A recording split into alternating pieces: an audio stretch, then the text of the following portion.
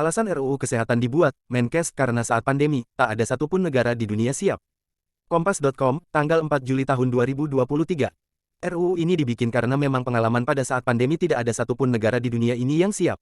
Terbuktikan, enggak ada satupun. Jadi semua meeting negara-negara G20, G7, mereka bilang, kita enggak siap. Ini salah, nih, kata Budi dalam podcast yang ditayangkan Sekretariat Kabinet RI, dikutip Selasa tanggal 4 Juli tahun 2023.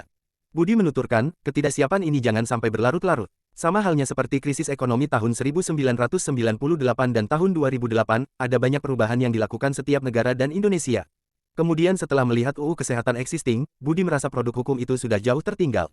Nah ini harus diperbaiki. Dan begitu kita lihat, UU kita sudah jauh tertinggal. Teman-teman juga bisa merasakan, saya ngomong dengan banyak pemain, banyak dokter, banyak perawat. Mereka bilang gap kita dengan luar negeri, jauh, ucap Budi. Budi menjabarkan, ketidaksiapan Indonesia dalam menghadapi pandemi terlihat dari banyak aspek, mulai dari obat-obatan, rumah sakit, hingga sarana pengembangan vaksin. Akibatnya, banyak nyawa melayang karena COVID-19. Saat awal pandemi pun, Indonesia harus berjuang dan bersaing dengan negara lain, agar dapat membeli stok vaksin dari luar negeri. Penelitiannya enggak siap, jumlah dokternya enggak siap, rumah sakitnya enggak siap, itu kan realitas yang kita hadapi. Kita enggak mau kan anak cucu kita begitu. Makanya ini harus direformasi supaya sistem kesehatannya lebih siap, tutur Budi. Pria yang dahulu berprofesi sebagai bankir ini lantas menyampaikan, reformasi sistem kesehatan artinya mereformasi banyak aspek. Tidak hanya rumah sakit, namun juga sarana layanan primer, puskesmas, posyandu, hingga pengadaan dokter dan spesialis. Belum lagi pembiayaan, pengembangan teknologi informasi, dan pengembangan bioteknologi kesehatan agar Indonesia bisa mandiri tanpa perlu banyak mengimpor segala jenis alat kesehatan maupun obat yang dibutuhkan. Perawat, bidannya, dokternya, cukup apa enggak? Jumlah spesialisnya cukup apa enggak? Dan keenam, TI dan bioteknologi kesehatan kayak vaksin kemarin, itu contoh teknologi biologis yang seharusnya kita kuasai supaya kita bisa, kata Budi.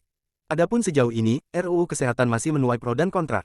Sekian puluh organisasi dan lembaga menyatakan ketidaksukaannya. Terbaru, 5 organisasi profesi mengancam akan mengajukan judicial review ke Mahkamah Konstitusi (MK) jika pembahasan RUU Kesehatan dilanjutkan. Mereka pun menjadikan mogok kerja sebagai salah satu opsi jika aspirasinya tidak didengar. Sedangkan menurut pemerintah, RUU Kesehatan diperlukan untuk menangani berbagai masalah dalam sektor kesehatan, terutama terkait krisis dokter spesialis, izin praktek dokter dan tenaga kesehatan yang tidak transparan dan mahal, harga obat yang mahal, serta pembiayaan kesehatan yang tidak efisien. Hal menonjol lain dalam RUU Kesehatan ini adalah perubahan paradigma kebijakan kesehatan dengan memprioritaskan pencegahan masyarakat dari jatuh sakit melalui penguatan promotif dan preventif. Selain biayanya akan lebih murah, masyarakat juga akan lebih produktif.